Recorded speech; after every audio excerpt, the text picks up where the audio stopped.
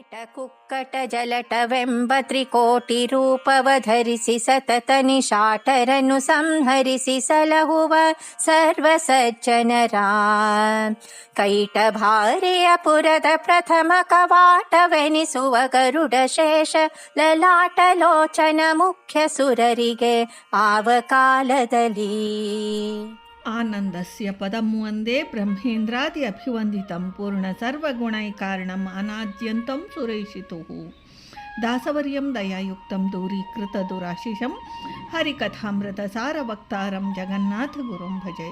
ಶ್ರೀ ಹರಿಕಥಾಮೃತ ಸಾರ ಕಲ್ಪಸಾಧನಾ ಸಂಧಿ ಪದ್ಯ 21.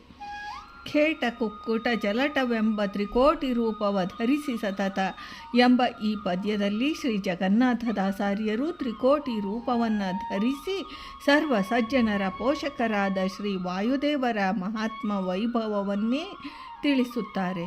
ಶ್ರೀ ವಾಯುದೇವರು ತ್ರಿಕೋಟಿ ರೂಪವ 3 ಕೋಟಿ ರೂಪಗಳನ್ನು ಧರಿಸಿರುವರು. ಖೇಟ ಆಕಾಶದಲ್ಲಿ ಸಂಚರಿಸುವ ಪಕ್ಷಿವರ್ಗ, ಖಮ್ ಎಂದರೆ ಆಕಾಶ, ಟ ಎಂದರೆ ಅಟನ ಸಂಚಾರ 1 ಕೋಟಿ ರೂಪಗಳು. ಕುಕ್ಕುಟಿ ಕು ಎಂದರೆ ಭೂಮಿ, ಭೂಮಿಯ ಮೇಲೆ ಸಂಚರಿಸುವ ಪಶು ಮಾನವಾದಿ ರೂಪಗಳು 1 ಕೋಟಿ.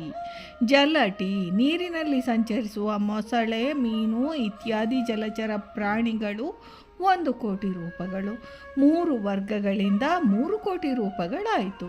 ಈ ರೂಪಗಳೆಲ್ಲವೂ ನೀಲಿದಂಥ ರೂಪಗಳು. ಎಲ್ಲ ರೂಪಗಳಲ್ಲೂ ಚತುರ್ಬಾಹುಗಳು, ಶಂಖ, ಚಕ್ರ, ಗದಾ, ಪದ್ಮವೆಂಬ 4 ವೈಷ್ಣವಾಯುಧಗಳು. ಪೀತಾಂಬರ ವಿಭೂಷಿತ ರೂಪಗಳು. ಆಯುಧಗಳೆಲ್ಲವೂ ಸುವರ್ಣಾತ್ಮಕ. ಈ ರೀತಿ ಮಧ್ವ ಮಂತ್ರಾರ್ಥ ಮಂಜರಿ ಎಂಬ ಗ್ರಂಥದಲ್ಲಿ ಉಕ್ತವಾಗಿದೆ.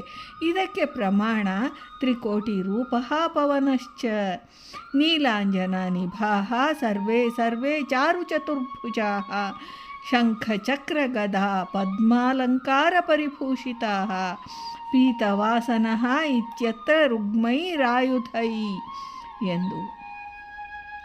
ನಿಶಾಟಕನ ರಾತ್ರಿಯಲ್ಲಿ ಸಂಚರಿಸುವ ದೈತ್ಯರನ್ನು ನಿಶಾಟರು ಎಂದಿದ್ದಾರೆ.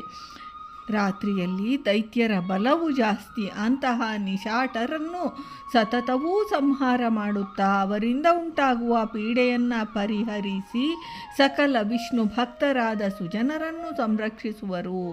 ಕೈಟಭಾರಿಯಪುರದ ಮಧು ಮತ್ತು ಕೈಟಭರೆಂಬ 2 ಶೂರರಾದ ದೈತ್ಯರು ಕ್ಷೀರ ಸಮುದ್ರ ಶಯನನಾದ ಶ್ರೀ ವಿಷ್ಣುವಿನ ಕಿವಿಯ ಮಲದಿಂದ ಉತ್ಪತ್ತಿಯಾದವರು. ಜನಿಸುತ್ತಲೇ ನಾಭಿ ಕಮಲ ಸಂಜಾತರಾದ ಬ್ರಹ್ಮರೊಡನೆ ಕಾಳಗಕ್ಕೆ ನಿಂತರು. ಆದ್ದರಿಂದ ಶ್ರೀಮನ್ನಾರಾಯಣನು ಬ್ರಹ್ಮನನ್ನು ರಕ್ಷಿಸಲು ಅವರಿಬ್ಬರನ್ನು ಅಪ್ಪಳಿಸಿ ಕೊಂದನು. ಕೈಟಭಾಸುರನ ಸಂಹಾರಿ ಶ್ರೀಮನ್ನಾರಾಯಣನು. ಅಂತಹ ಕೈಟಭಾರಿಯ ಪುರವು ವೈಕುಂಠವೆಂಬ ಮುಕ್ತಿಧಾಮವು. ಪ್ರಥಮ ಕವಾಟವೆನಿಸುವ ಕೈಟಭಾರಿಯ ಪುರವಾದ ವೈಕುಂಠದ ಪ್ರಥಮ ಬಾಗಿಲು ಕವಾಟವನ್ನಾಗಿ ದ್ವಾರಪಾಲಕರಾಗಿ ಕಾಯುತ್ತಿರುವವರು ಗರುಡಶೇಷರುದ್ರರು. ಅಲ್ಲಿ ಶ್ರೀ ರುದ್ರದೇವರನ್ನು ಲಲಾಟ ಲೋಚನ ಎಂದಿದ್ದಾರೆ. ಲಲಾಟ ಎಂದರೆ ಹಣೆ, ಲೋಚನ ಎಂದರೆ ಕಣ್ಣು. ಫಾಲನೇತ್ರರಾದ ಶ್ರೀ ರುದ್ರದೇವರು ಲಲಾಟ ಲೋಚನರು.